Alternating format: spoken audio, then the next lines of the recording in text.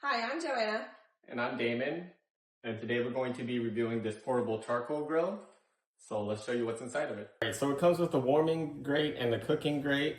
Those are your air vents. Those are your hinges for the body and the lid. That's your handle.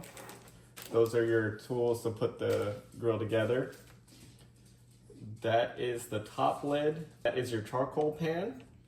Assembling this grill was pretty easy.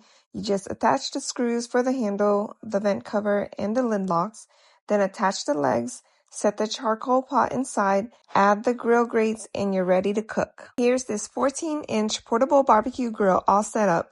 I love that it's compact but still gives you plenty of grilling space. Perfect for cooking for 2 to 4 people. When you're done, just close the lid, secure the latch, fold up the bottom legs, and you're good to go. It even has a handle so you can carry it like a little travel case. It's lightweight and super easy to carry, whether you're heading to the park, the beach, a campsite, or just your backyard.